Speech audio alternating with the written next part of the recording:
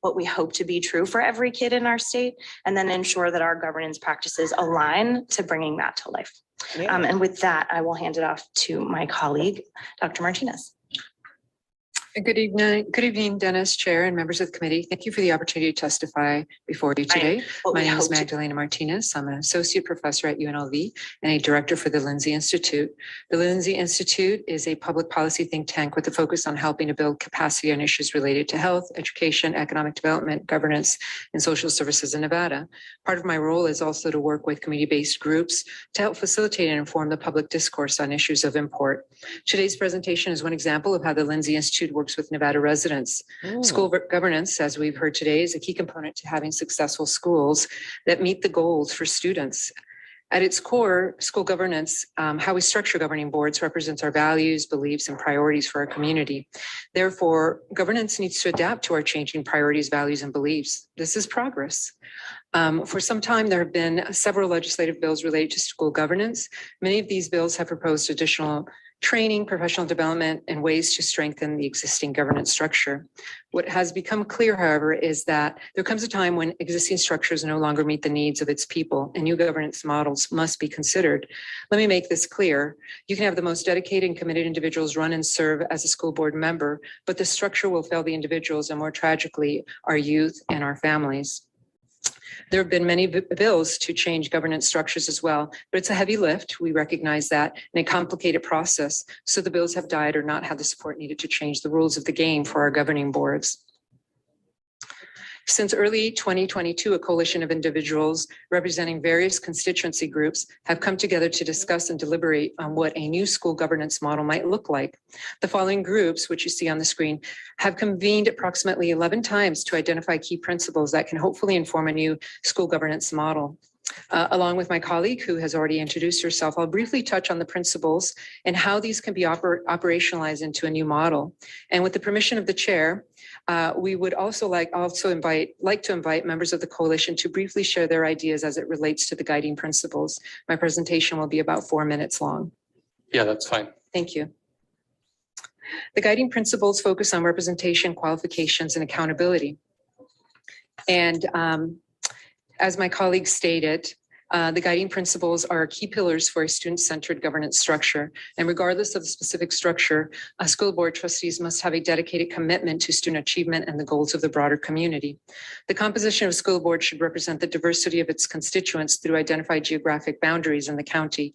In most counties in the state, a 7-member board may make sense. In a region such as Southern Nevada, where the school district serves a population over 2 million, it does not make sense. With over 2 million residents, and it is the 28th largest metro area in the country, yet it's the 5th largest school district in the nation. Therefore, it makes sense perhaps to increase the board seats by 2 to a total of 9 board members. Therefore, moreover, as we've heard today, about 90% of school board models are elected, and the coalition members believe in the voice of the public and the people. As such, one recommendation is to transition to a hybrid board, but elected seats remain the dominant on the board. We have submitted a handout with specific suggestions on how and who would recommend an appointed board. And we've also identified a list of existing statutes that may help inform specific language, either in Nevada or in other states. Notably, the Nevada Department of Education can serve as a model, with the exception of the elected seats in a school board, which should remain the majority on the school board. Finally, we know that the voice of students is essential for education policy, and the coalition suggested an appointed non-voting student member. That's the slide I just spoke on. I apologize, I did not forward. The next principal qualification underscores the need for continued and more expansive training and professional development after election and/or appointment. The document framework identifies specific statutes again and states with robust training and professional development guidelines. I will not go through it in detail in the interest of time, but should anyone have any questions, the coalition members would be happy to answer specific questions related to the handout document that you've all received in addition to this. In terms of who is qualified to be recommended for an appointed board, the coalition members identified at least 3 core expertise areas, including K-12 systems, financial, and active members in private business or industry. With that said, I'll turn it over to my colleague, Jana, to discuss the next slide, accountability. And just real quick while we're doing that, those documents that you referenced, they should be available online as well as we've had some copies over here. So I just want to make sure that everybody knew that. Thank you. Go ahead. Thank you, Jana Wilcox-Lavin, for the record. So the last guiding principle that we discussed and have been continuing to discuss is around accountability. And I know we did hear a lot from other representatives here today during public comment around accountability. I think ultimately it's around deciding, once we decide what we want to be true for kids and we nail that down and we align our governance structure in that way, in what ways we'll be able to hold both ourselves and our board accountable to ensuring student achievement targets are met in that way.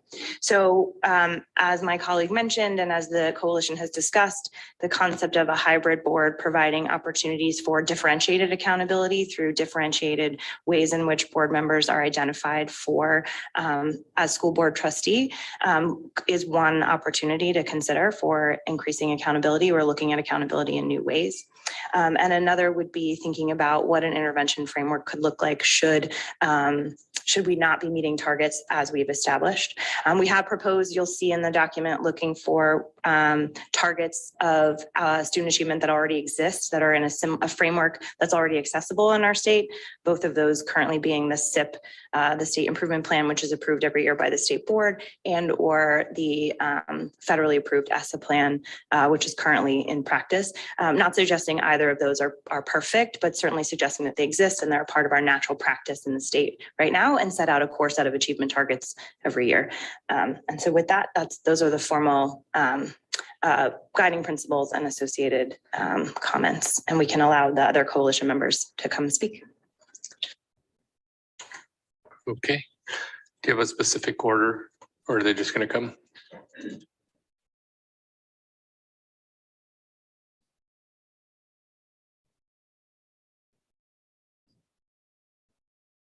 Good evening, members of the committee. Paul Muratkin with the Vegas Chamber. As many of you know, the Chamber's had a long history of engaging in education policy. The Chamber over the years has supported several bills regarding K-12 education governance over the last several sessions, and this has been an ongoing conversation in the state capitol regarding board governance. We've had conversations for the last 2 to 3 sessions about education governance and what that could look like. The Chamber has supported many reform efforts for many years for greater accountability, transparency, student achievement. And we most recently, of course, support the new funding formula that was passed. And we believe that this session, we need to take a hard look at our current governance structure. And one of those options we believe that should be looked at is a hybrid board of both appointed and elected school board members. The Chamber has worked with other stakeholders on this issue because the existing governance model simply does not work in our opinion. And as you know, that directly impacts the students in the classroom. And I think that's where the focus of these conversations need to be, on the students. The Chamber's concern is about student success and achievement. And that's why we need to look at governance model and ask if our current outcomes are the best interest for our students and our community. The simple fact is what we're doing right now is not working. And by keeping the same thing will not improve our student outcomes and achievements. And for the work that this committee and the legislative body has done over the last several years to modernize the formula and to ensure that our students have the resources they need to succeed in the future. So that is why the Chamber is supportive of this concept, and we appreciate the openness and willingness to have this conversation for the upcoming session. Thank you very much, Mr. Chairman, members of the committee. Thank you. Welcome. Go ahead. Mr. Chairman, members of the committee, my name is Maureen Schaefer. I'm the Executive Director of Council for Better Nevada. Thank you for the opportunity to speak tonight.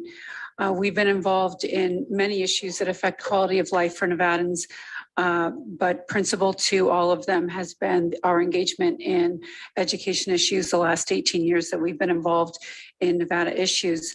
As a sampling, we were involved in the work that you did to create a weighted student formula for the state, and we were very involved in the decentralization efforts, which brought decision-making closest to the students through budget and decision-making at the school level.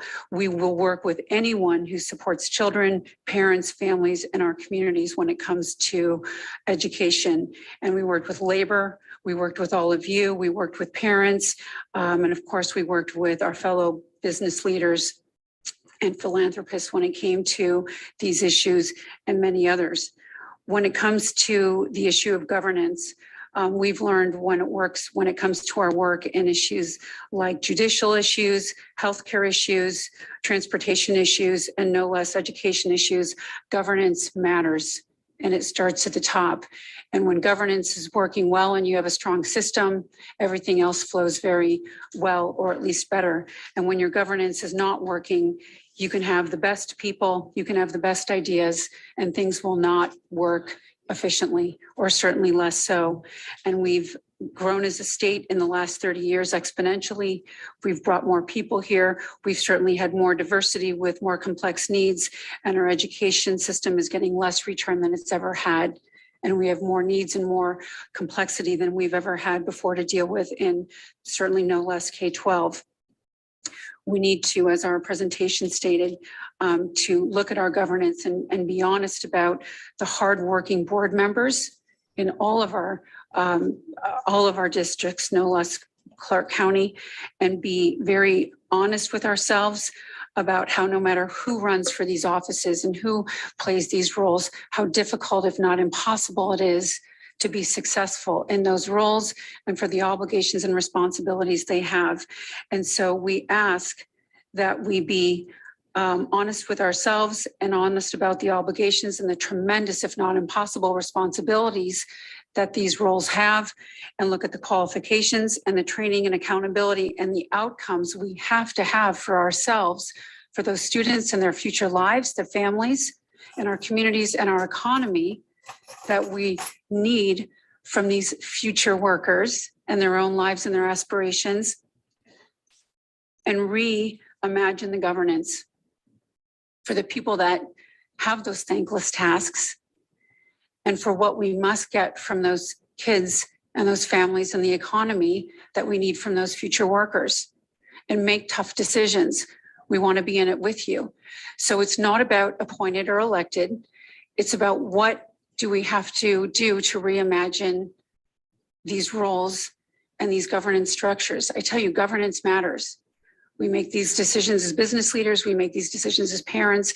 We have to make these decisions within these education structures, because we're not the Nevada of even 5 years ago, let alone 20 years ago, and we have to be the Nevada of today and the Nevada of what we want 5, 10, 15, 20, 25 years from now, because that's what our kids are going to be. So we do it as parents. We have to do it as education leaders and future community leaders of what we want for Nevada. So we think about this as Council for a Better Nevada, and we need to be thinking about this as what we want as Better Nevada, as all of us. And it comes down to governance. Let's reinvent the system and go forward in that manner. Thank you. Thank you. Go ahead.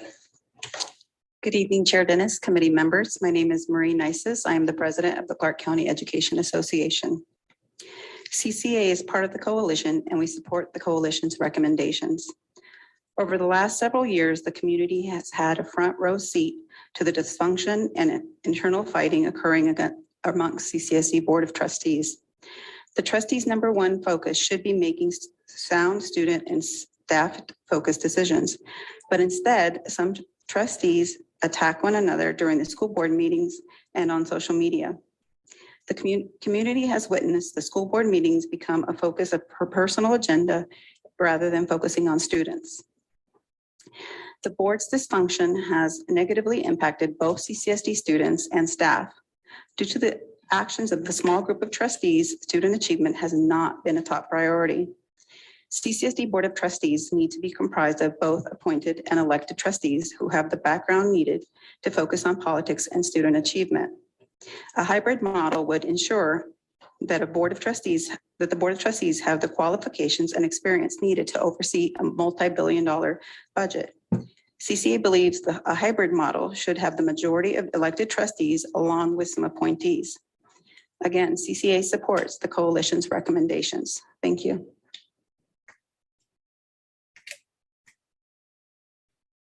Thank you. Was that all the ones that we're going to? Okay, great. So let's go to questions. So if somebody can come forward. I know I have, I'll start some questions off and then I'm going to ask the members.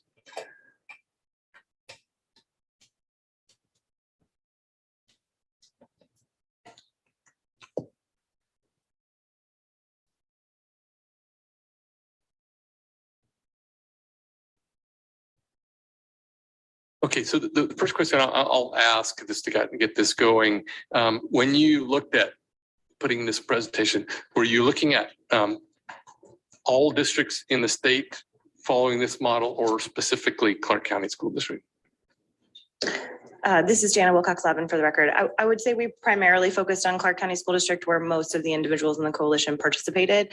But I think the concept of establishing a target for what we want to see to be true for kids and ensuring a governance model that's aligned would be true anywhere, whatever model that ended up looking like. Okay. Simlum and Thomas. Thank you, Chair Dennis, and thank you for the presentation. Very enlightening. My question actually is, we now currently have a 7 trustee board. And you are, put out there that you were looking at increasing that to a 9-member. And I wanted to know, how did you come up with 9 members? How would that be fair? And, but go ahead, answer that one if you could. I do have a follow-up. Sure. I think ultimately we wanted to take a look at how do you maintain. Make sure you. Oh, sorry, Jana Wilcox-Lavin for the record. Excuse me, Chair. The consideration was how do we continue to maintain publicly elected seats that are still in the majority of the total and also account for the rising population in many of our communities. And so continuing to think that more representation was better. So that was essentially the rationale behind that consideration. I think if you look to the state board as an example of a statewide body that includes non-voting members, there's also an opportunity to consider how expanded seats could include additional perspectives that were non-voting as well. And I'll just share really quickly, I don't think these recommendations are hard and fast. I think these are considerations that exist that we could point to examples either in state or out of state to consider aligned to those principles. But again, we were really putting forward the framework for discussion. Thank you. Follow-up, Chair, please. Yes, go ahead. Okay, with that said, what areas are you looking to put those 2 additional board, because we have a diverse community coming up and we have communities that are not represented. And I would just like to know, when you had this big think tank, did you look at what areas you would suggest that those new board members would represent? Thanks for the question, Jana Wilcox-Lavin for the record. I think the coalition members would agree with me that we believed that there would need to be more voices included in that kind of recommendation. The coalition members would agree with me that we believed that there would need to be more voices included in that kind of recommendation. And so we did not go to that level of detail. Thank you. Thank you, Chair. All right, we're going to go to Vice Chair Bill Bay Axelrod.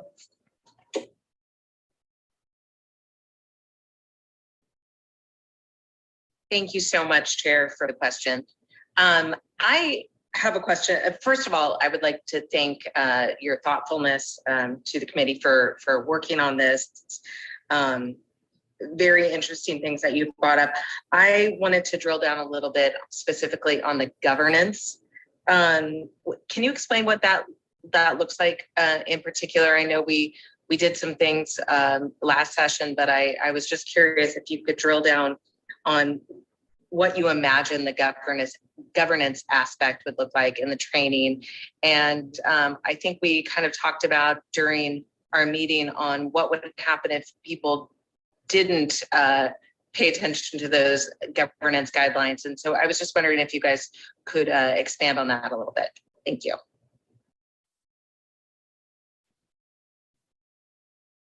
This is Jana Wilcox-Levin. For the record, I'll get started and then hand it over to my colleague. I think it was the May 3rd meeting, but dates are sort of eluding me right now. There was a discussion from the Nevada Association of School Boards related to a set of guiding principles that they were using, or a set of standards, that they were using to support their training across the state.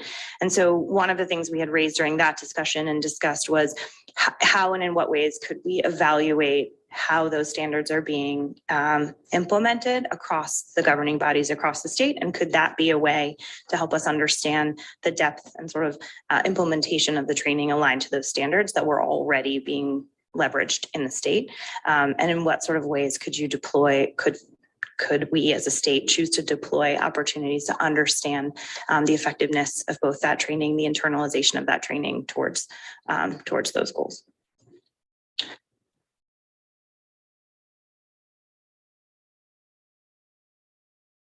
Okay. Do you have a follow-up, or does that answer your question? I can take the rest of that offline. Yeah, I think this is a paramount issue. And I think that Trustee Ford actually brought that up, that she didn't really feel like the fiduciary issues, the governance in general was really laid out to board members. So I think that this could be one way that we could really empower and set up our board to succeed. So we could talk more online, but I think this is definitely worth chipping away at. Thank you. Thank you. Any other members up in Carson? Any questions? Yes, Mr. Chairman, I have one, and I think Assemblywoman Anderson does. So if you would, I'll go ahead. Hardy, please. Oh. Do you want me to go ahead, Assemblywoman Hardy? Oh, yes. I'm sorry. Hanson. I got those mixed up. Sorry. Assemblywoman Hanson and Carson, please go ahead. Okay. Thank you, Mr. Chair. Appreciate the presentation. Grateful for the opportunity for us all to kind of have this opportunity to discuss and collaborate, air our concerns. Just for the record, I was not able to attend the May 3rd meeting, but I did watch it last week, and I did go back and watch AB 255, the bill that was brought last session that didn't really progress, but then this study became an outgrowth of the mining tax bill. So grateful we can have these discussions. A few questions to kind of pick up where we just left off on the governance idea, what it looks like. And I've had concerns there on the record from the get-go. I don't support the idea of appointments. That does not mean that I don't think there's a lot of room for improvement. I think a lot of times we all want the same outcomes, but we have different ideas how we get there.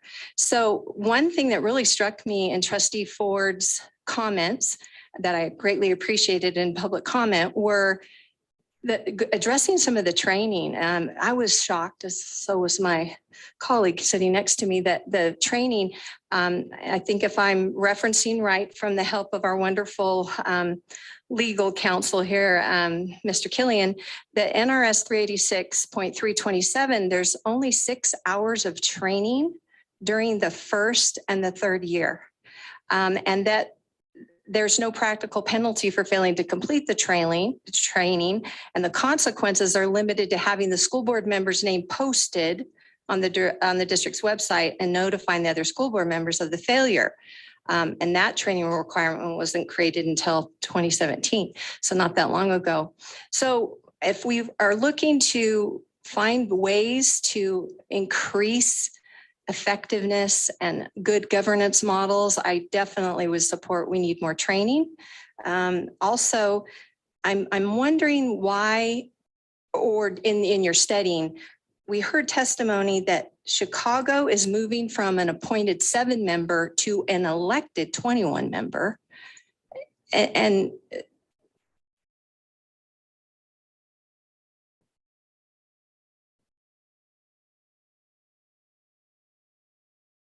that would say, and that 90% of school boards are elected. So wondering in your studies, what do you take away from some of that? What Chicago's reversing what they had been doing?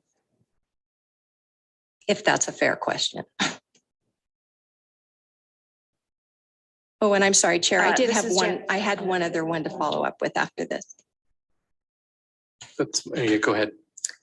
This is Jana Wilcox-Levin for the record. I'm not sure we can speak specifically to Chicago's motivations or any other community, honestly. I think the key is we should really decide what we want to be true and build a governance model that works for Nevada. And if that includes, our recommendation is to include components from these guiding principles that help get us there to ensure that students are achieving at the rates that they both want to, and we hope that they have the opportunity to.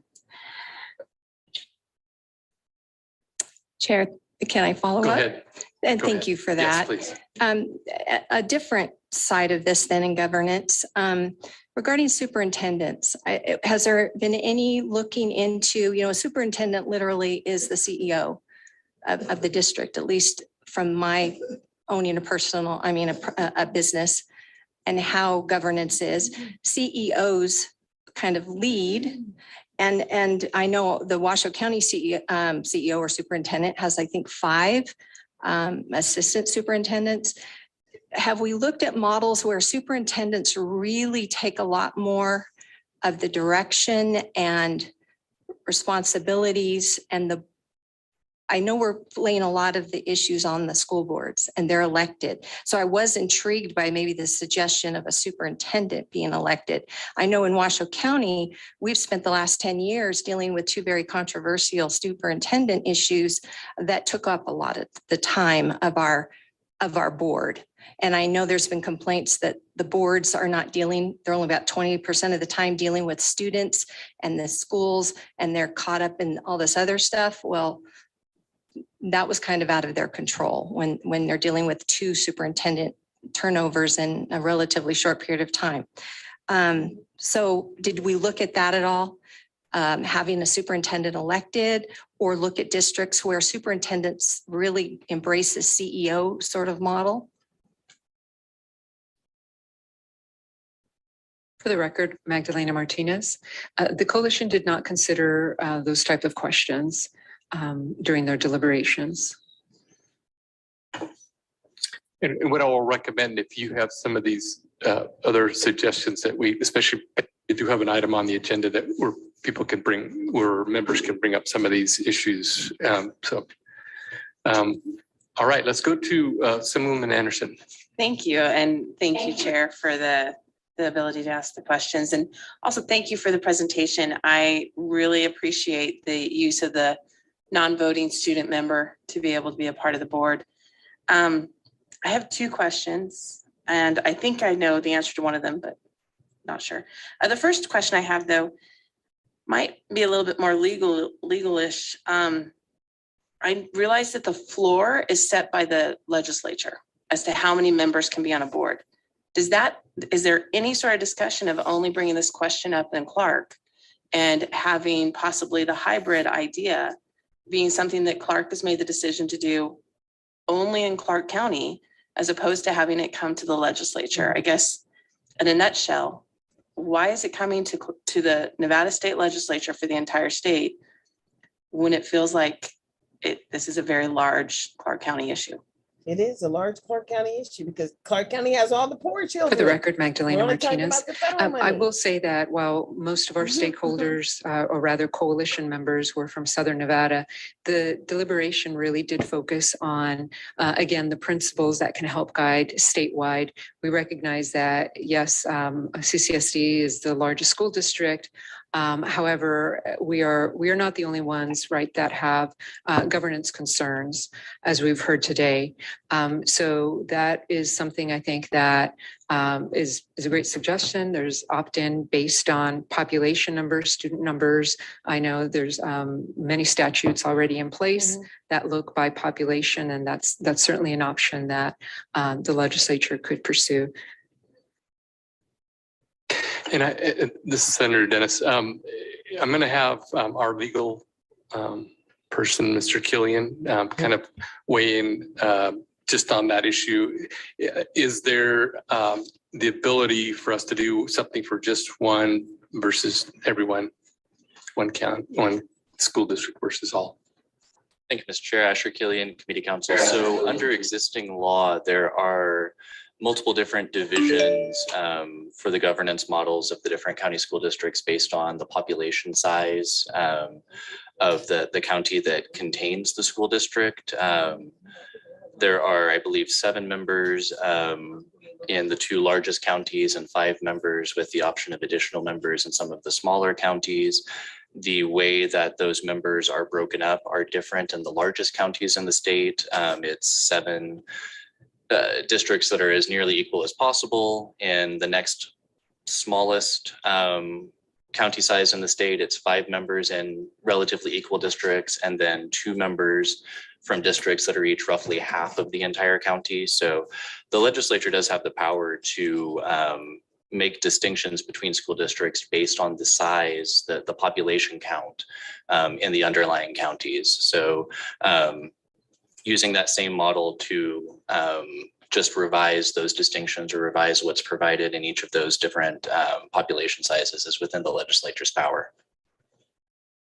Great, thank you. If I may have a follow-up. Okay, yes, go ahead. Thank you so much, Mr. Chair. So just to clarify though, the legislature can set the number, but can a school district on their own, a school board on their own, make a decision to expand on their own without coming to the legislature? Can they make a decision? Yes, we are allowed only 7, but we want to expand it to 11.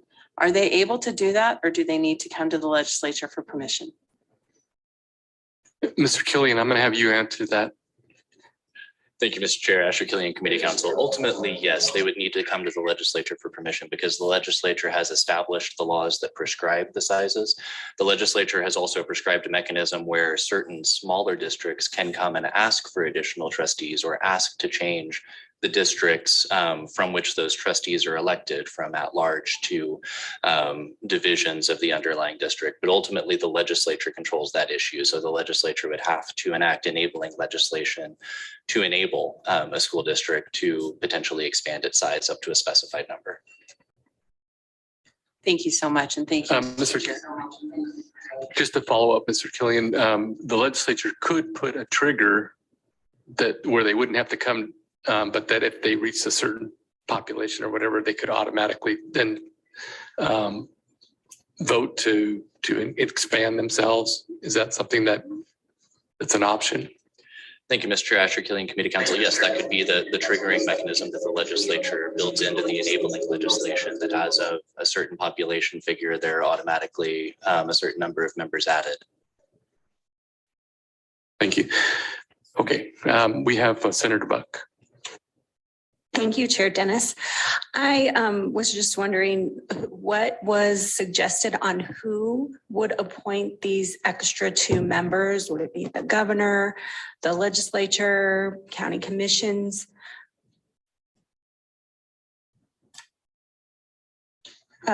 This is Jana Wilcox-Lavin for the record. We discussed different opportunities for representation and clearly noting, we heard from Assemblywoman Thomas that obviously there are some communities that may be underrepresented. So while there wasn't a hard and fast proposal, and again, because this really was a framework of principles and not a thorough plan, because we felt that the thorough plan would be discussed and deliberated among a broader group of stakeholders, including all of you and everyone in the room, that looking to local communities and other geographic boundaries that might work given that were countywide school districts, looking for greater representation where it felt like there was, where communities were particularly underrepresented. So it would certainly require more discussion, but that was where our conversation led. Do we have any other questions from any of the members? Okay, so I'm going to do, and don't make me regret this, because I want to get input. And if they have given a specific recommendation for a framework. If there's anyone that has a question concerning that framework, I'm going to allow like 20 seconds to ask a question, but this isn't an opportunity to go on and give a big speech about how you don't like something. That's not what I'm asking here. What I'm saying is if you heard something and you have a question on how that would be implemented, or I will allow that. And so if that's the case, do we have anybody here? Raise your hand if you have a question. Okay, I see 3 individuals. Just come up one at a time because they'll need to answer that question. So you can stay there. Just allow one space for somebody to come up. So the first individual come up. Like I said, and if it's not appropriate, I'll just say the question is not appropriate and we'll move to the next one. Right. Just keep in mind, we don't normally do this, Well, thank you. but I'm really trying to get some input here because these are some new ideas and we don't always get an opportunity to do this. So go ahead and make sure you identify yourself for the record. William Graham Carter again. I'm probably the oldest guy in the room. I've noticed in people who help who are on school board and so forth, there's 2 kinds of people. And one is a person who generally wants to help, and the other is a narcissist, a control freak, blah, blah, blah. Yeah, remember, you're going to ask a question. My question is, did you explore the legislature coming up with conduct parameters for the elected officials? Was that taken into consideration? Some kind of, and also applying the things, the training and so forth to the elected school board members. Okay. Not throwing the baby out with the bathwater. Right. Thank you. If the next person will come up. Sure. This is Jana Wilcox-Lavin for the record. I think we contemplated that the training would be applicable regardless of the governance model or selection approach, so that there was opportunity to consider that broadly in whatever governance model was ultimately selected by the legislature. Okay, thank you. Okay, go ahead, ask your question and remember, identify yourself and then ask the question. You got to push the button, sorry. Oh, there we go. Thank you. I'm PJ Belanger. I'm leading a education coalition and I'm with Americans for Prosperity and a grandma. And my question is, if this was a research project, why other options weren't researched? Thank you. Go ahead. Magdalena Martinez for the record. This was not necessarily a research project, and I hope perhaps I didn't make that clear enough. This was a deliberative process by a group of coalition members in the Lindsay Institute. One of our roles is to help facilitate those conversations. We certainly have researched many education policy issues, and you can find all of our briefs, policy briefs, and information online at UNLV Lindsay Institute. Thank you. Okay, let's go to the next question.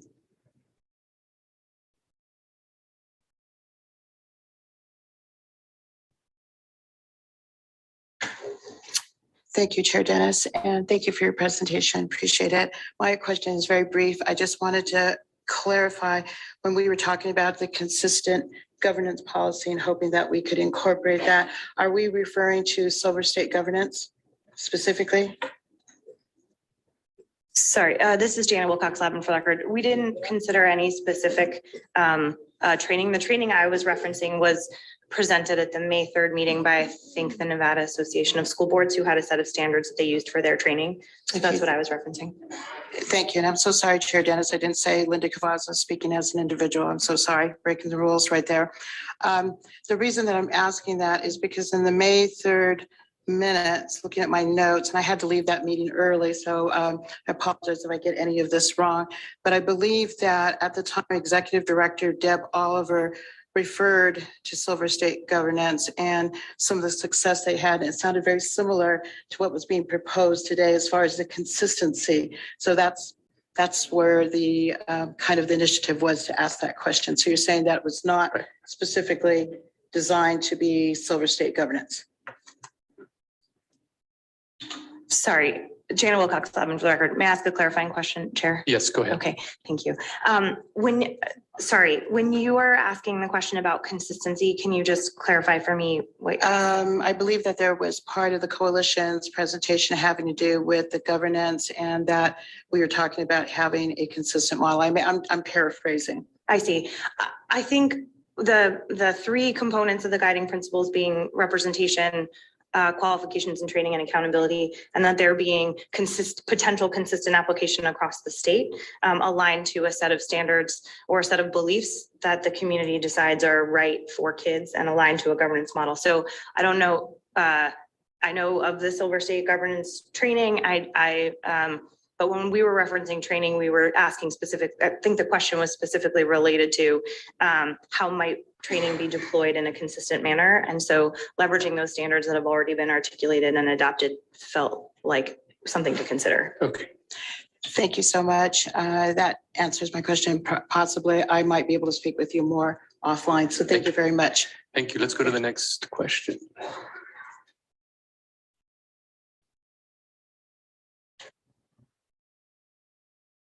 Camila Bywaters, president of the Las Vegas Alliance of Black School Educators, co-chair for Education for the National Action Network. What is the plan or strategy to include a more diverse Black, Indigenous people of color as a part of this coalition team to expand the perspective of the framework? For the record, Magdalena Martinez, as my colleague indicated, these are excellent questions that we believe should be deliberated by the legislature, by you all, the legislature, and the community at large. Thank you. All right. Do we have any in Carson City? Yes, Chair, we do. Okay. Okay. Then just keep in mind, I'll just reiterate one more time. We're just asking a quick question so we can get some clarification. So go ahead. Oh, I'm sorry. Yes. My name is Mary Ann my Humphrey. right, your left. My name. Yeah, go ahead. Oh, you got to push the button. Okay, I was turning on. Okay, go ahead. Okay, my name is Mary Ann Humphrey, and I'm just curious, how long if you proceed with this appointee, how long do they last? And what happens if the people aren't happy with these people? How are we stuck with these? And how long are they appointed for? Thank you. This is Jana Wilcox-Lavin for the record. Ultimately, I believe that decision would be up to the legislature, but I imagine the discussions we had with our coalition as it stands now, and hopefully it'll continue to expand, talked about similar terms as the current elected terms. And also one thing we had discussed, which didn't show up today, was the idea that there could be an opportunity to use a trigger, as the chair suggested, to actually pause appointments at some period and reflect on whether or not they actually met the targets. So you could look at implementation for X period of time and then pause and review how things were being successfully implemented. But essentially, the idea would be the same terms. Great. Thank you. Okay, let's go to the next question. That was a good question. Thank you. Betsy Strasberg, NRS 389.036 implemented or asked the districts to implement the Family Life Committee to evaluate health education courses. The members are 9 members. The statute also defines what kind of members. Has the coalition examined in the cases where we have specific numbers, specific constituents, have they been really successful? And by the way, the Family Life Committee includes a student rep and a teacher rep, all the things that are being discussed. So has the coalition evaluated prior implementation of similar process and procedures? Thank you. Thank you. This is Jana Wilcox-Lavin for the record. I would say the primary focus that we looked at for existing examples in the state was the State Board of Education, which did go through a transition and has demonstrated improved effectiveness. That's the belief. But it sounds like that would be an additional one for this legislature and the ongoing discussions to consider. Thank you. Let's go to the next one up in Carson. Hello, Mary Porter, Gardnerville. I've listened to you speak generally of training. I think you described 12 hours of it. Can you tell me just in summary what the components of the training would be? Because at least in my school district, people are coming who are quite educated people that I'm just not understanding what it is they need to learn in addition. Thank you. For the record, Magdalena Martinez. I don't believe we identified specific hours of training, and the coalition did not discuss specific in the weeds type of training. We believe that those are the type of discussions that need to be had with specific stakeholders and broader stakeholders, because particularly teachers and educators. So we did not discuss specific type of trainings or hours of training. So we have kind of no guidance on that. It was from the committee. We have no Let me guidance from it. Just one second. Sorry. So I'm sorry. I think what she's saying is that, yeah, I mean, that's a very good question. And that's one that we'll definitely put in the notes. So as the legislature moves forward, we can have that discussion. Okay. Because that is, a very valid question. Yeah, I just wanted to know what you were talking about. Thank you. Thank you. Okay, anyone else there in Carson? No, there isn't, Chair. Thank Okay, you. if not, okay, thank you. I think we have one more here or two more here in Las Vegas, if you'll. Yes, this is Michelle McPhee, and I heard you a moment ago, I think it was you, Janet Wilcox, saying that there would be standards chosen by the community. And I'm wondering just what community you are referring to, if it's to the community of parents choosing the standards, or if it's a community to the legislature, or just what that community was. Sure. Thanks for the question. Jana Wilcox-Levin for the record. So I don't have any decision-making authority on any sort of these standards. The only thing I was referencing is that there are existing standards that were presented by the Nevada Association of School Boards that they believed demonstrated standards for effective governance. And that was what we had discussed. So I think these ongoing discussions would be where those conversations would happen. Thank you. We have one more here.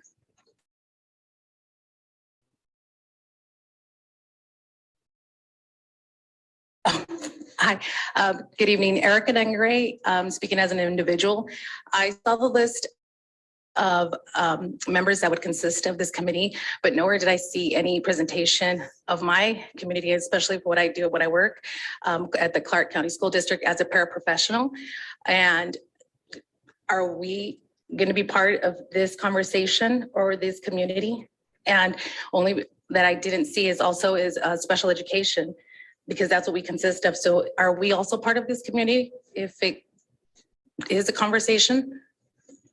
Thank you. Sure. This is Jana Wilcox-Levin for the record. I think what we've tried to convey here today is that there's a lot of room for more voices, and there should be more voices in the discussion related to any decisions, and that what we were bringing forward was a platform and a framework to begin a conversation where more voices could be a part of the ongoing discussion before any decisions were made. Great, thank you. Thank you. Okay, before I close up, just let me double check. BPS, do we have anybody that's online that wishes to ask a question? No, Chair, your line is currently open and working. Okay, great. Thank you very much. So we'll go ahead and close out that part of that presentation, and we'll go to the next presentation by the Nevada State Education Association. Thank you very much. And thank you for those of you that asked questions to keep it just to that so that we could make sure we get those. Those are really good questions.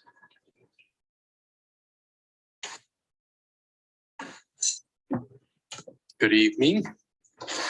Senator Dennis, thank you for saving us for prime time. Chris Haley, I'm Deputy Director of Government Relations for the Nevada State Education Association. I think, as everyone knows now, the voice of Nevada educators for over 120 years, allow me to make a quick observation as someone who regularly attends public hearings. Tonight's public comment had the feel of a school board meeting. The public comment at your average regular school board meeting in 2022. And I think that fact may be the most instructive thing that we learn tonight. The most pressing issues facing Nevada schools, including the severe educator shortage dominating the headlines, the chronic underfunding of education, violence in our schools, and continuing inequities for disadvantaged students, are very clearly not the result of any school district governance model. No, these issues instead are the result of larger societal problems and the continuing failure of state leadership to truly prioritize public education. Appointing school board members will not address these issues. School board members are on the front line of elected officials. You got a taste of it this evening, but they are regularly subjected to the kind of public comment that we heard earlier tonight, and many school board members have had their safety threatened. After resigning from the Washoe County School Board, former trustee Kurt Thigpen wrote this, I believe it was in Reno today, quote, "I had many conversations with this district staff about safety. It reminded me of preparing for active shooter drills. At every school board meeting since, the threat level only got higher, school police presence got higher, and the vitriol, hate, harassment, and intimidation and abuse by some members of the public only got worse as time went on." End quote. Appointing school board members will do nothing to improve that dynamic. School boards are responsible for school district governance, yet they are denied the resources necessary to be successful. Everyone in this room knows Nevada is 48th. I think I'm the 7th person to say it tonight. We're 48th in the nation in per pupil funding, and that is not the fault of school board members. For them, it's a setup. Run this school district or govern this school district, but you don't get the money to do it. It's a setup. Appointing school members, by the way, will not mean more education funding. We also need to be honest about the politics driving the discussion of school district governance. While there have been numerous efforts over the years to raise the issue, it never got this far. Not until my colleague, Lisa Guzman, was elected to the Clark County School Board in 2020. Even though Lisa is a great school board member, I follow lots of elected officials. She's a great one. Apparently her work is such a threat that one entity filed a complaint against her before she even took office. When that didn't work, they decided that they would go after the system of electing school board members. Former Speaker Frierson told me personally, it was one-on-one, but he told me the only reason he introduced his hybrid school bill, the only reason that he included the language in the mining tax deal, which led to this process, was because the Clark County Education Association demanded that it be in there. So we're here.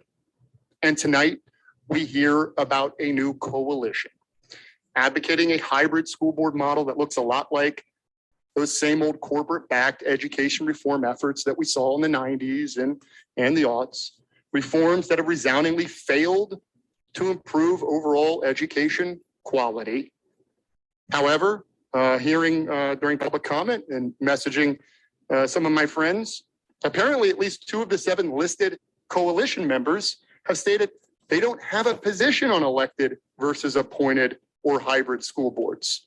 Let me put it another way. More than a quarter of the coalition that you just heard from advocating hybrid school boards don't support hybrid school boards.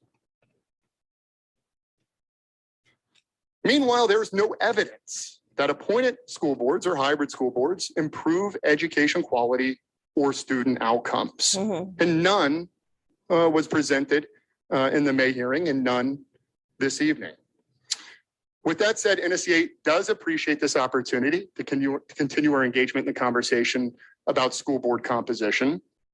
We believe Nevada can improve the professionalism, collaboration, accountability, and responsiveness of school boards, adding educator voice, which is sorely missing, while also preserving school boards as democratically elected bodies.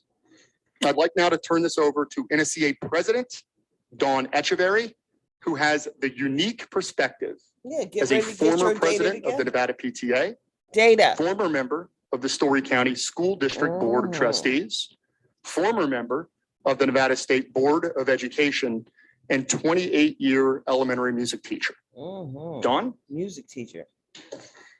Good evening. My name is Dawn Etcheberry, and I'm the president of the Nevada State Education Association.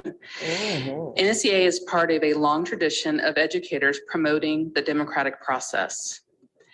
Educators with the National Education Association have played a key role supporting voting rights. From past NEA President Shar Armand Williams' effort to get Tennessee to ratify the 19th Amendment in 1920, to students affiliated with the California Teachers Association who started a campaign to extend the vote to the 18-year-olds back in 1967. We believe participating in the cornerstone of democracy and locally elected school boards represent the American institute that comes closest to the ideals of local self-governance. Local school boards are in place to ensure that schools in each community reflect the values of the people. School boards provide direction and oversight for the superintendent who manages the day-to-day operations of the schools. They set policies for the district and approve budgets. They also provide direct accountability to the community.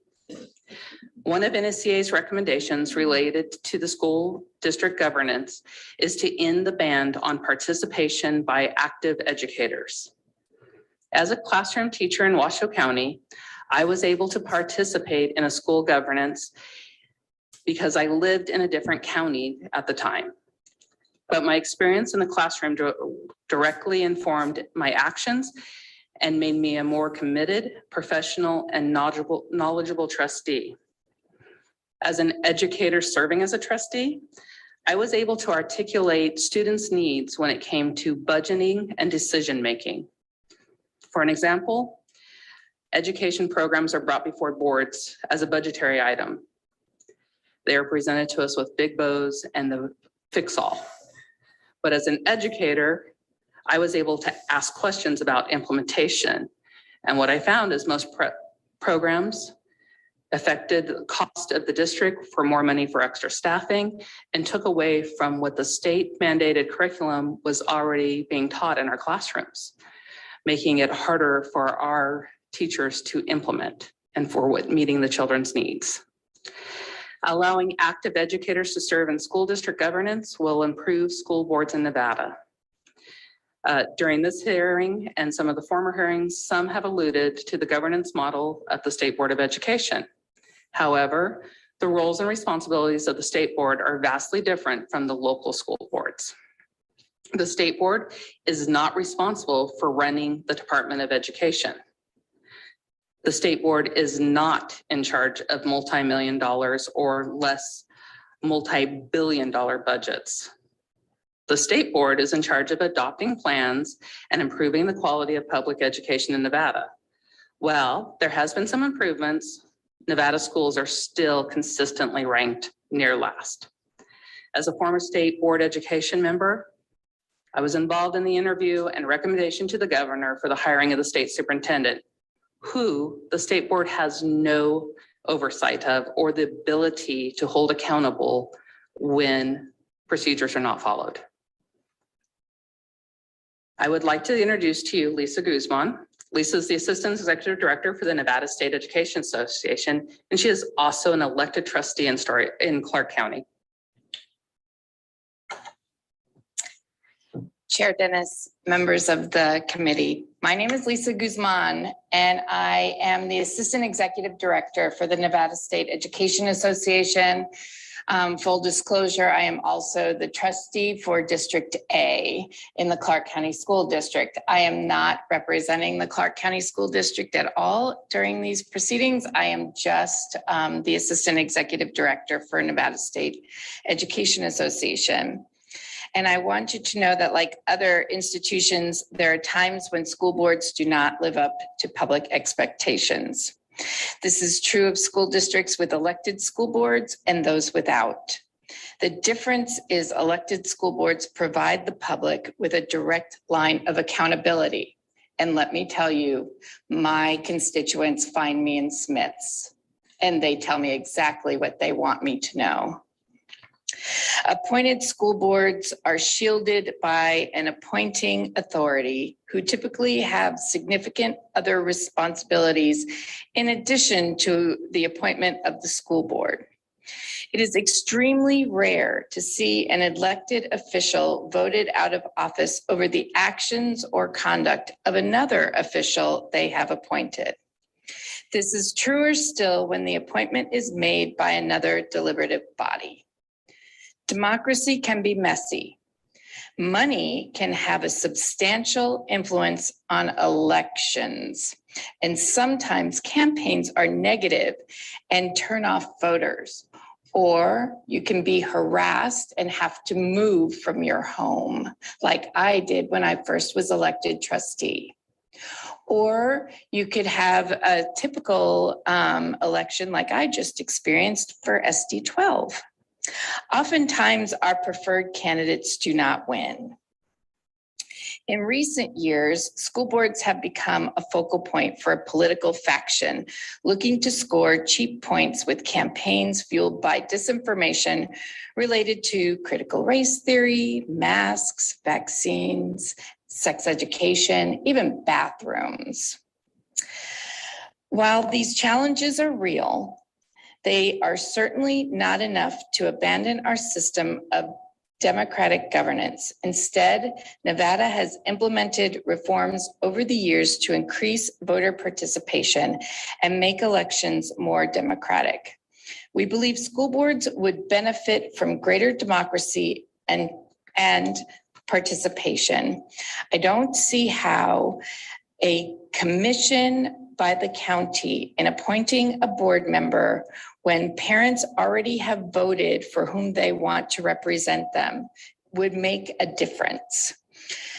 At this point, I'd like to introduce Alexander Marks, who is the Director of Communications for the Nevada State Education Association. Thank you, Alexander Marks, for the record. While democratically elected school boards do bring the greatest accountability of responsiveness to the communities they serve, we do agree that there should be more done in the face of political attacks, which we've seen here tonight, to increase levels of professionalism and collaboration at school boards, also bringing greater accountability. So we have a list of great things we can do long before we eliminate the democratic process of voting, some of which we've already heard, so I'm not going to go over everyone in detail. But first, obviously, allowing educators to serve on their school boards who are excluded. That would add a critical missing perspective to governance, increasing professionalism and bringing day-to-day experience to the board. The addition of advisory seats could bring more breadth of diversity to perspective to local school boards, including adding important education stakeholders like students and representatives of the PTA, paraprofessionals, et cetera. A statewide code of conduct has been discussed for school board trustees, including a process for possible removal for office transgressions, and that would set a clear expectation with new lines of accountability. Instituting regular rotation of school board presidents would also lead to more collaboration between school board trustees and decreased factionalism on the boards. Possibly limiting the superintendent contracts to 2 years, similar to the bargaining contracts. Time to seating the new school board members after elections would make superintendents more accountable to the seated boards and lead to better working relationships. Compensation, we've already discussed, but compensation of trustees that better reflects responsibility would lead to more qualified and more professional school boards and candidates, rather. Elevating the ballot placement of school board races would also lead to greater participation. That wouldn't be buried at the bottom. Electing school board candidates through ranked choice voting would also reward candidates who are more collaborative And public financing of school board elections would help level the playing field while also increasing communications between candidate campaigns and the voting public. It's just to kind of wrap things up. So between, the audience outbursts we've seen tonight, some of the anti-LGBTQ public comments and a lot of communism references, this is a great example of what most CCSD meetings have been like over the last 2 years. But to suggest that one solution is to point all of you would not solve any of the issues we've seen tonight. And we would also stand in opposition of that proposal as well. This is just a glimpse of what we've been dealing with at the local level. Appointments, again, would not prevent any of those issues, which, honestly is why I think things feel so dysfunctional sometimes. But the suggestions NSCA set forth would far better fix the problems that even the coalition has suggested here this evening. And again, they would be worth trying long before removing the right for our Nevadans to vote for our school board trustees.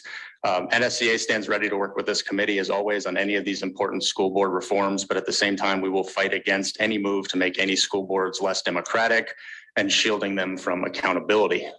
Thank you. Is that okay? All right. Thank you very much. So you've members, questions.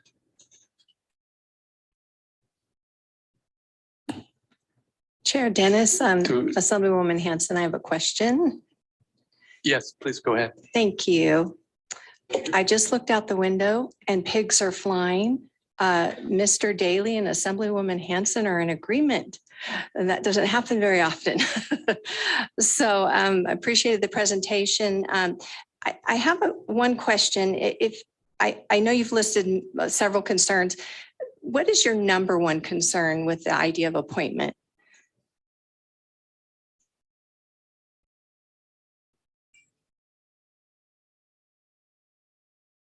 Thank you, Assembly Member Chris Daly, Nevada State Education Association. First, to your opening observation of pigs flying, talk to Senator Hanson. Oftentimes, there are odd points of agreement between the two of us. In terms of biggest concern, I think is that it is an idea or would be a move that would not solve the issues that schools are facing. I think right now, today, in Nevada schools, clearly in Clark County this week, back to school, Washoe next week, back to school, the shortage of educators, which is, probably over 3,000 vacant education positions in this state, that's a crisis. I'd love to see language in a bill making this committee do a series of hearings to address that. To take that on. I'm looking here at Assemblymember Miller, I know has the teacher recruitment and retention task force work that she's done, which is incredibly important, but I'd like to see more attention on that.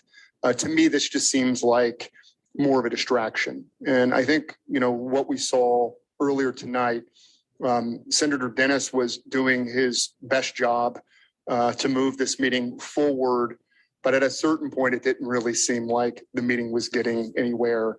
And that's the dynamic at school boards. Appointing school board members doesn't change that dynamic.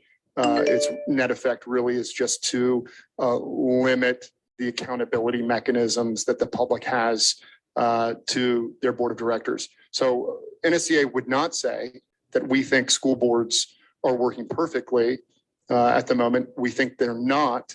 However, we think this proposal for a hybrid form of governance does nothing to address all of the issues that school boards are facing. It just changes the people out. It came up in the May hearing. I was in Las Vegas, and I'm not sure, Assemblymember, if you were videoing in, because I don't think that we did video, or if you were in Las Vegas, but there was this interesting kind of notion. We were talking about Chicago moving from, and even maybe New York, moving from appointed to elected models. And it kind of got me thinking in that town hall that, those school systems also are having, lots of problems and lots of difficulties. If in terms of governance, folks are just changing governance because they don't know what else to do to address or fix the problems in the public education system. And so, we're here with elected school boards talking about moving to appointed or hybrid. They're there with appointed school boards talking about moving to elected. I think it's just the urge to do something or anything, but it's not going to address the root causes, that are plaguing our school districts. I used to be a politician, so that was like a terrible answer, Assembly member. I'm sorry. I could do it again. No, I think we're good. And Chair, if I could just quickly follow up. Thank you, Mr. Daly. Actually, Sure.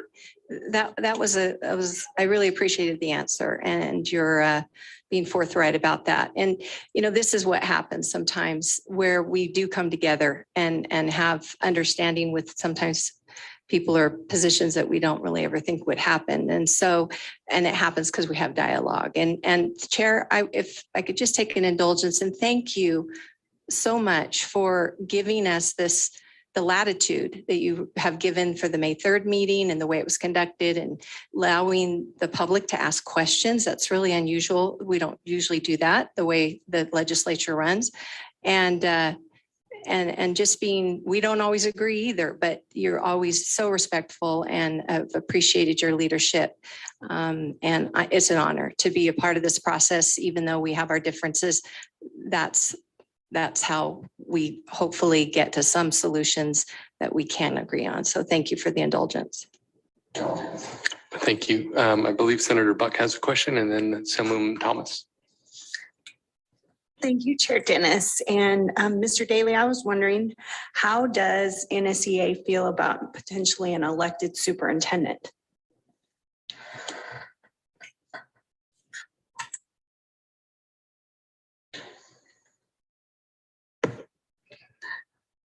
So in this state, we used to have a state elected superintendent.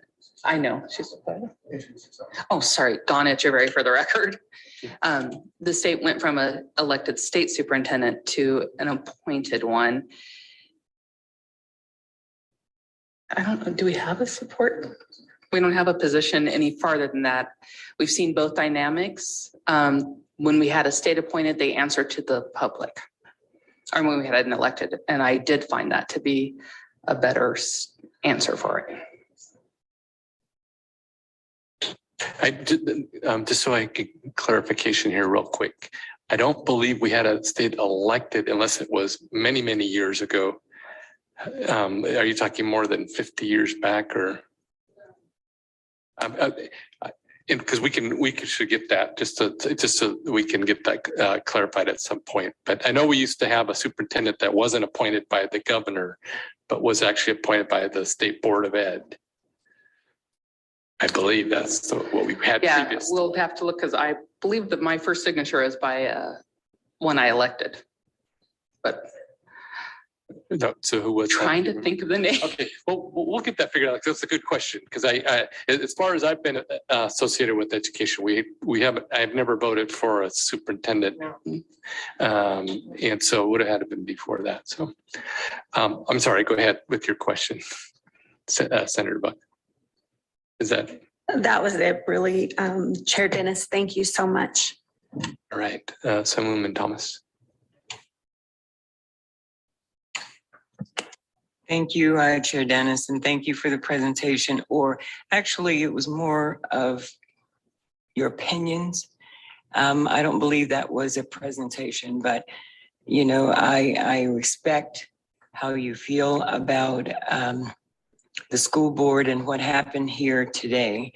I think that I have to say that Chair Dennis took charge of this meeting where we've seen the school board, it has not been that controlled. And I appreciate Chair Dennis taking control of his meeting. My question though, I believe that if you have an angst, you should have a solution to a problem. And we're seeing that the problem with our school board right now is chaos. And that's no way to run a business. because our educational system is a business. And unfortunately, we are thinking inside the box instead of outside the box. And this state has grown by leaps and bounds. And right now, my concern is solutions. What can we do, or what can we put forward to do about our educational system? Areas of our community that are lacking in representation, areas of our community that are affluent and have the resources that they need in order for their children to progress, and areas where we don't have that. We have a dysfunctional family going on. What can we do to make this a turnaround? Because we have to do something. Thank you. Go ahead. Thank you, Chair Dennis. Chris Daly, Nevada State Education Association, to Assemblymember Thomas. In our May exhibit, and then Mr. Marks in his presentation, we listed, I think, 8 or 9 bullet points of items, several of them included in LCB's presentation to you earlier this evening, that we believe would help. Our number 1 proposal is to end the ban on educator participation in their school district governance. Now, this we know for a fact that educators used to be allowed to run for and serve on their school district boards of trustees. I'm not sure the year that the restriction was put into place, but many states around the country and many school districts around the country, educators are able to serve on their school boards. There may be times where there are conflicts and there needs to be recusals on votes. But as former trustee and active classroom educator, Dawn Echeverry mentioned in her comment, educators bring a perspective that's important. Perhaps sometimes, Assemblymember Thomas, you may see your colleague to your left engage on an issue and think about something in a certain way that, like you or I, as folks that aren't actively in the classroom, might not have thought of. That's the type of thing that I think we're thinking about. Also, oftentimes, you've got an educator who may or may not be a teacher on a school board. They bring, their teacher voice and their teacher presence into the school board, which is a professionalizing impact on that board. And so we think that one change, also educators oftentimes win school board races when they run for school boards. So we think that one change alone could actually have a pretty dramatic impact on improving the boards. In terms of representation, I'm very aware, for example, that the Clark County School Board of Trustees currently does not have the representation from several communities, including the African-American community that it has had in the past. That is an issue. And I think that there are 2 ways to address it. One is an intentional electoral coalition way to address it in order to look at the races, look at the candidates in terms of candidate recruitment and training and running elections in order to make sure that representation is there. I can speak as the political director of the Nevada State Education Association. That is something that we've had conversations about and are interested in pursuing moving forward, although it doesn't appear to be in this current election cycle. The other thing that we've recommended is looking at potentially advisory seats on school boards. And there are all sorts of communities that are not represented or voices that are not present at school boards. Voting seats are preferable, but short of that, we think advisory seats could give that opportunity for more breadth and diversity of perspective on school boards. Thank you. I appreciate that detail because those are valid points. And that's what our communities are lacking, representation. So to Assemblywoman Hanson, pigs are flying, no, birds are not real. Thank you. Any other questions? All right, I appreciate it. Thank you. So once again, I'm going to allow questions, but I want to limit the questions to the suggestions that they made. You know, there was some commentary. We don't need to ask questions about the commentary, but the specific suggestions that they made. If there's any questions on those for some clarification, do we have anybody here in Las Vegas that wishes to ask? They were pretty specific. How about in Carson City? Do we have any questions from public? Chair, it doesn't look like we do. Thank you. Okay, great. All right, so we will then go ahead and close out item number 4. We'll go to item number 5. I want to open this up to our members. Any additional discussions concerning composition selection of school boards that we have not addressed that you would like to see addressed? I'll look here in Carson City. Not seeing any hands going up here. How about in Las Vegas? Any in Carson City? No, Chair, we're good here. Thank you. Okay, how about any of our members online? Any questions? Okay. All right, and I will also, if there's any from the public, if there's any additional items that we have not covered that you think should be addressed, if you would come forward. It needs to be like we just did the questions, real quick thing, and come up and tell us what you think the address. And you can go ahead and come up. And we've got three mics here, so anybody else wants it. So we'll go ahead and start here on the. But just remember, I want it to be really quick so we can. Okay. My name is Jay Craddock. I have a son, 11 years old, attends school here in Clark County. I went through the Clark County School District, Mountain View Elementary School, Ed Von Tobel Junior High School, Eldorado High School. I went on to graduate from Columbia University, and I got my master's degree at UNLV. I think that the basic problem that we have is we have a group of synergists who are trying to make things work together, and we have a group of saboteurs who are trying to tear it all apart. And we need to find a way to get these people to understand that the only way that we can do the best for our kids is by working together. So it's a matter of finding the number of school board trustees that we need to cover all of the different communities in the valley.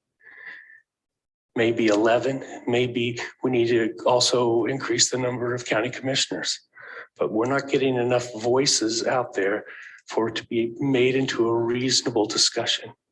So my idea is to increase the number of school board trustees and also give them staff and then pay them more than $250 a month to make it and incentivize the whole idea of working for the school district and not working for private schools or religious schools, and making it work through numbers and better representation. Thank you. Okay, thank you. And we did have some of those are on the suggestions, so we appreciate you just telling us what you had. Go ahead. Thank you, Chair. Committee, thank you so much for this opportunity tonight. A few years back, I was the super angry, frustrated parent who started showing up anywhere and everywhere, screaming and yelling and very mad. As many know, I'm a mom to special needs sons. And when this district continued to keep schools closed, I was one of the first people to hit the pavement with my sign and my son in my heart, begging for schools to reopen. And in the months that ensued, I didn't like any of the trustees. I definitely didn't like the superintendent. I did not really like a single elected official. I made that very known. But what I really came to realize was I really wanted to help. I guess just never had really had to say so much out loud about how frustrated I was for my children. And over the last couple of years, I just woke up one day and I was like, well, you know, I can stand here and keep yelling, but it's not going to get anything done. So how can I help? So what did I do? I turned it around and I started helping. And I spend every hour of every day helping our community. In going from that frustration to where I worked for today, I couldn't have done that without the respect of our elected officials, some that are sitting in the room, but I was very fortunate to get appointed to our audit advisory committee for Clark County School District. And then I was also appointed to our zoning committee, entrusted to me from our elected officials. So I'm speaking because I think I'm a prime example of where an appointment works, because I think everyone who knows me or knows anything about me knows that I really only have the children's interest at heart in our community, all of them, every single one. I volunteer in schools that are 30, 40 minutes away from my home. And I still have 4 kids in this district, and my youngest just started first grade. So what I know, though, at the end of the day is that there's things that, you know, obviously I go to every single school board meeting. Okay, I missed one last month. There's more than just what you see going on there. There's Okay, just so sorry, that there's duties. I want you to get to the question because I don't want to run out of time, and you'll have Sure. opportunity so to do just public comment still. there's rules and rules and rules and rules and rules, and a lot of those rules prevent the very people from doing the jobs that we expect them to do, whether you say that's the trustees or the superintendent. And we do have to fix it. The number one idea I did like was the elected superintendent, and I actually went back and Wikipedia'd it. The law changed in 2013. So I guess my overall question is like tonight, there was so much highlighted to me on the surface level of our issues and our problems. How can I help you guys dig a little deeper than that? Because the problems are just under the surface and we're skating kind of all around them. And I can definitely get really more particular offline. But I can show you many, many ways why the system is not working the way that it is. So I guess my question is how can, I know I have your attention right now, but how can I keep your attention to show you those failures? So, and actually, would you identify yourself one more time just to make sure? Oh, sorry. Yeah, Anna Marie Binder. Okay. So what I would suggest, actually a couple things here. One is that continue to be involved in these meetings. And as this progresses, it's going to go to the legislature. Keep an eye on it there. And any other meetings that come up, nothing will be voted on. It has to be voted during the legislature, but right now is the opportunity to give your suggestions if there's specific things, and you can also send them in. You don't have to do it all tonight, and that's for anybody that wants to do that. So that would be my suggestion: is continue to stay involved in listening, and then when you have opportunities to give suggestions, and also to work with your elected legislators, because they're looking for opportunities to make education better and work on those kinds of Sure. issues. I'm just concerned because we only have one more of these before we head into next year. So time is closing before we hit the floor next year. And that's very concerning. And once again, your name for the record. Oh, sorry, Anna Marie Binder. Thank you.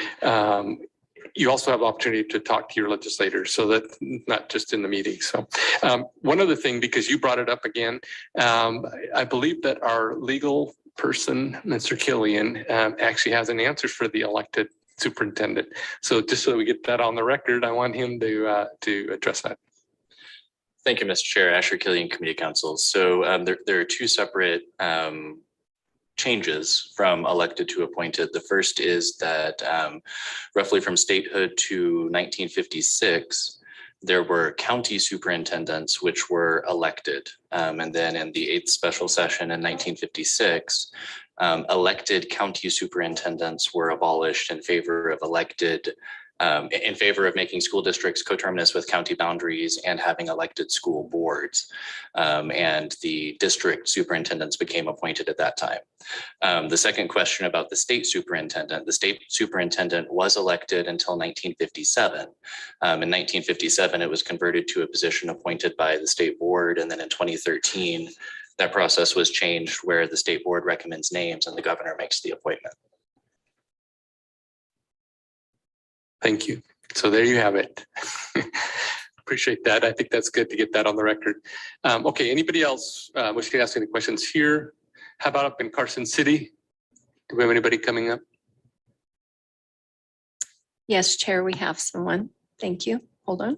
Oh, okay. Just a reminder, question on the presentation, or actually these are suggestions that perhaps we didn't address that you wanted to ask a question, or either a question or make a recommendation. Go Frederick ahead. George Wilson, Washoe County citizen. This question is for Mr. Killian. What would it take to change back to elected superintendent of the Washoe County School District?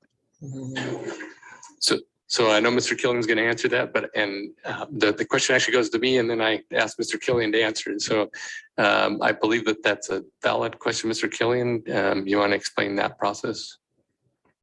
Thank you, Mr. Chair. Asher Killian, Committee Council. So since the school districts are creations of the state legislature, and the state legislature has made the decision to have those positions currently be appointed rather than elected, all it would take would be a bill by the state legislature to convert those positions from appointed back to elected as they were when they were originally created by the territorial legislature back in 1864. Thank you. Thank you. Anyone else wishing to ask a question there in Carson? Okay. So with that, I'm going to go ahead and close item number 5. And I want to thank everybody that has given suggestions, asked questions. I think this will be helpful as whatever things, and actually multiple things, could move forward to the legislature. So let's go to our last public comment, item number 6. Anyone who hasn't had an opportunity to give public comment, now's your opportunity to do so. Anybody here in Clark County or in Las Vegas?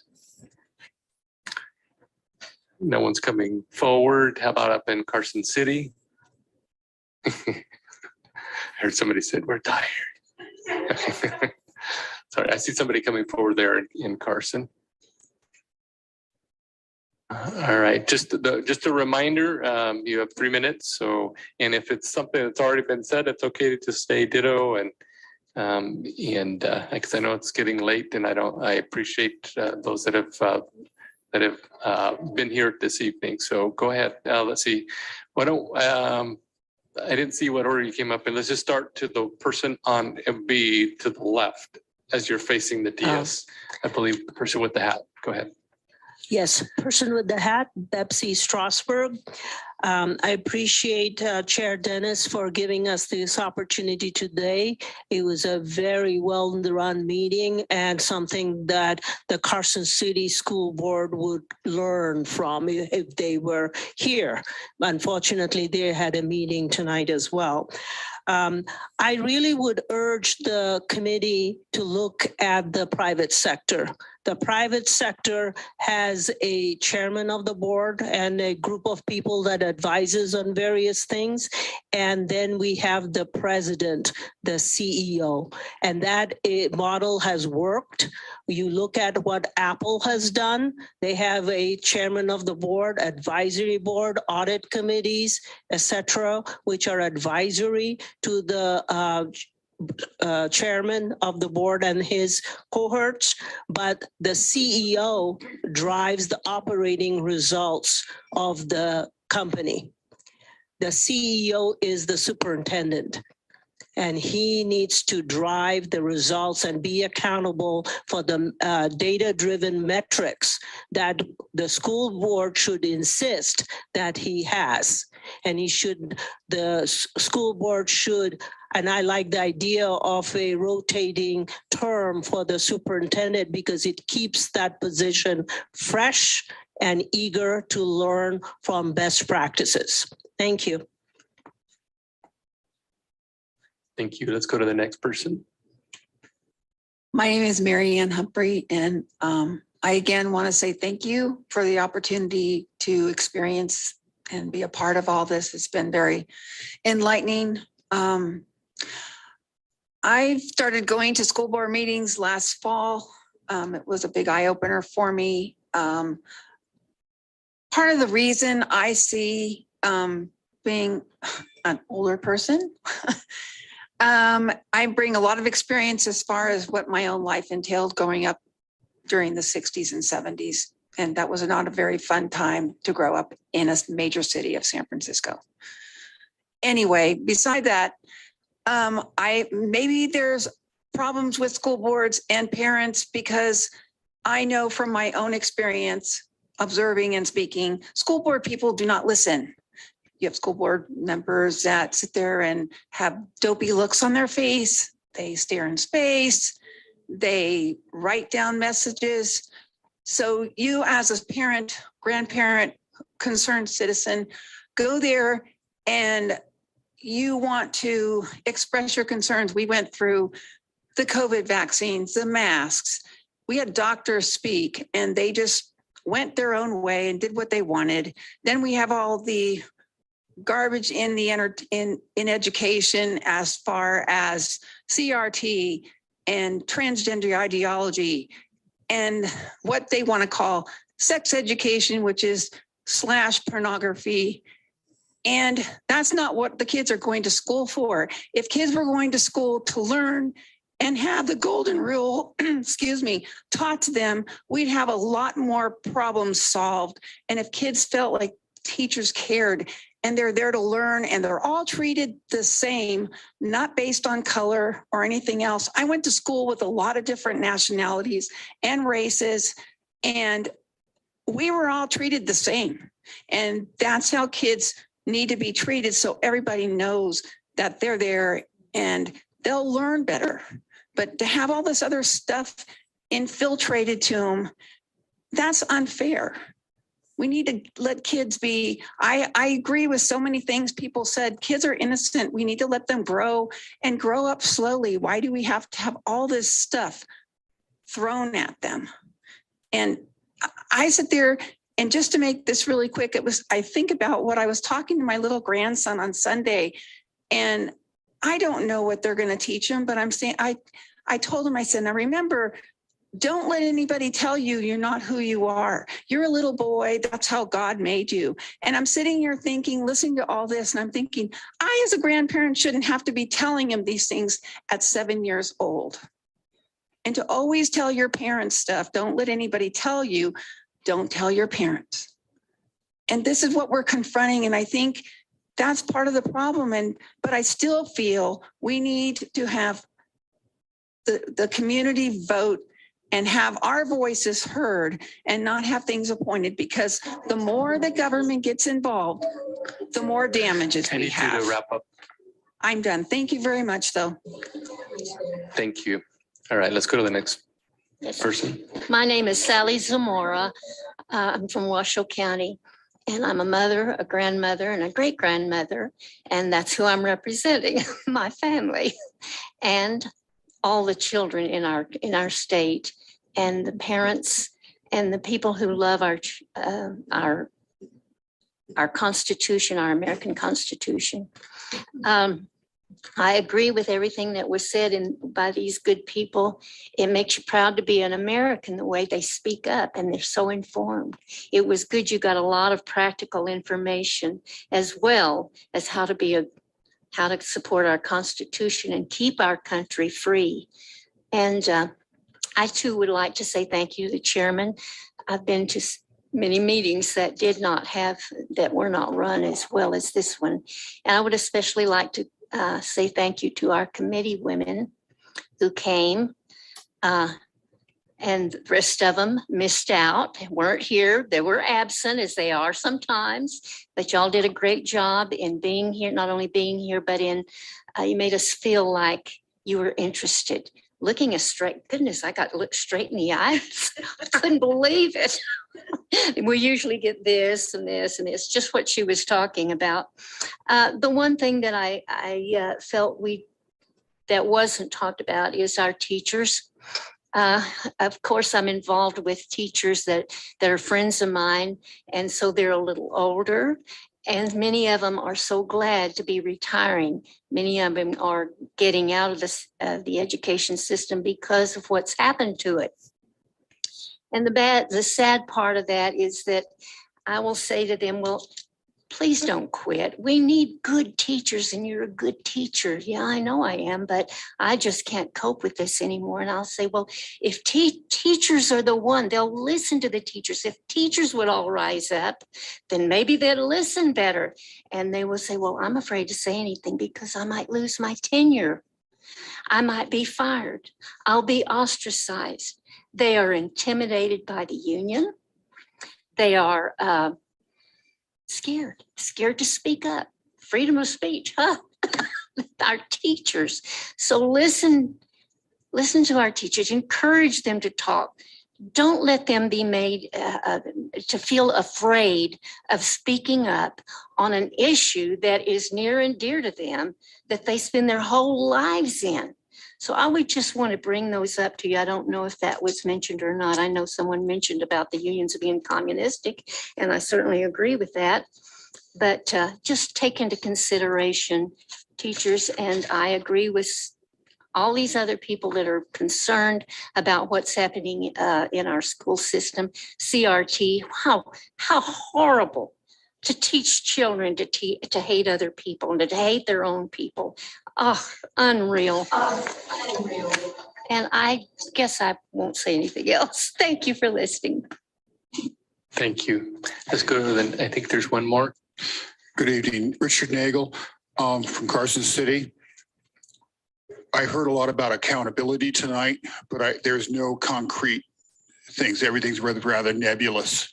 I think we need to have a scorecard where we have an accountability grid where the superintendent meets this statute, and this statute. You know, when we are approaching standards and not even meeting standards, that should be like a negative mark on their evaluation and so many points. So what I'm saying is if this person does not meet the criteria or the points to be the superintendent, then that person should be put in a developmental planner. And when they don't succeed, they should be sent on down the road and find somebody else. I think that we need to have things put in black and white. Everybody's afraid to hold people accountable. Okay, they talk about it, but if legally and morally, if you don't have something written down in black and white, saying that this person succeeded by doing X, Y, and Z, or failed by not doing X, Y, and Z, we're not going to see any improvement whatsoever. We're just going to keep going down this road, scratching our heads, because we didn't hold anybody accountable. We failed that superintendent by not giving that superintendent clear, concise goals, something to work for, something he could put on the wall and have my flow chart of what I need to do to turn this institution around. And then he can enroll his subordinates in that process. And then everybody's on the same page. That's how every successful business runs. But we're not doing it with our school systems. I mean, we just have this nebulous idea where the last superintendent in Carson City in the same category of leadership got a 4 and a 2. There should be no ands, ifs, or buts. Did he get a 2? Should he have a 2? Demonstrated facts. Well, he deserved a 2 or a 4. He deserved a 4. And we gave him a 4 because he demonstrated that he met the criteria for a 4. Yet we have nothing, everything's nebulous. And we can't succeed if we don't know where we're going. We can't take that hill if we don't know which hill it is to take. So that's all I have to say. Thank you. Thank you. Do we have anyone else there in Carson? Yes, Casey Rogers for the record. First, I wanted to apologize to those 2 staffers whom I did not know were staffers. I couldn't read that from up there. I thought you were part of the crew. So I apologize for that, but I don't apologize for standing for my freedom of speech. I would like to say that our children are most of the day and most of the year in the school system, and it is completely broken. You want to blame society because literally Google is now the parent. The internet is now the parent. And you guys are up against a lot. We understand that. But we also understand what's happening in our world right now. And we can see how it's all transcending throughout society. We are jobless. You can't get kids to want to work or do anything anymore because technology is literally taking over. There's a lot of factors to play in here, and it's not just this bill. It goes beyond this. But more than anything, legislation needs to be held accountable, and we need to keep you guys accountable. Thank you. Looks like we have one more there in Carson. Frederick George Wilson, and I represent our Lord and Savior Jesus. And until we get right with him, none of this is going to go right. We need to get right with our Lord. We need to get back into the Bible. And come November, there's going to be a big wake-up call across this country. School boards are going to change completely over. The Bible and God are going to be brought back into our schools, and things are going to turn around. We just have to look to him. In Jesus' name. And thank you, Father, for what he did on the cross.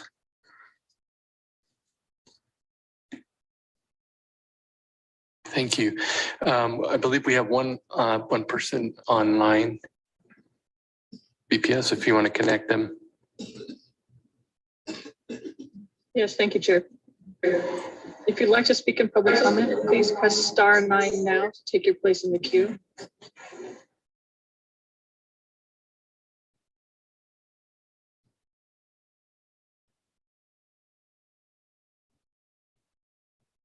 Good evening. This is Janine Hanson, State President of Nevada Families for Freedom.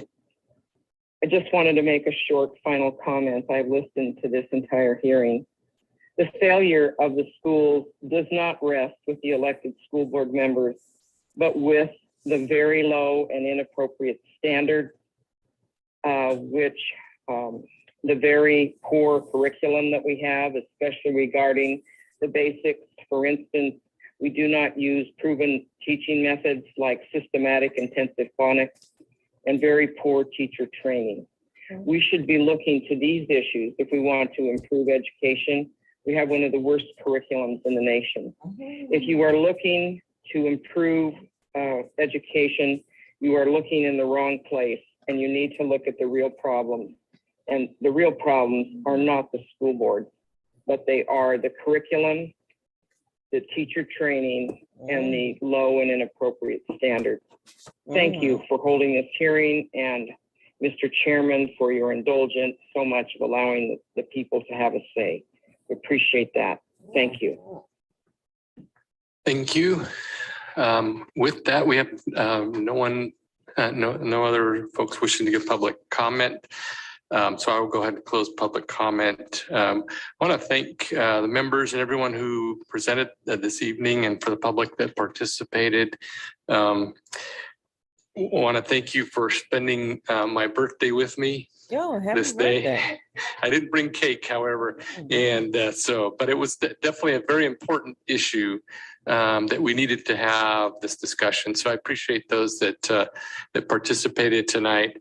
I know it was a little different format than we normally, but I think that we were able to get some of the information and questions so that as we move forward on whatever or anything that the questions, have been asked and that we can get some additional information. So, and I want to thank my members. I know we don't generally do them this late, but wanted to give an opportunity for people that perhaps couldn't speak during the day. And as we spoke about this, and I can't overemphasize all the work that our staff do and appreciate all that work that they do. And generally they're not here in the evening either. And so this has been a good meeting. I appreciate all the information that we're able to gather.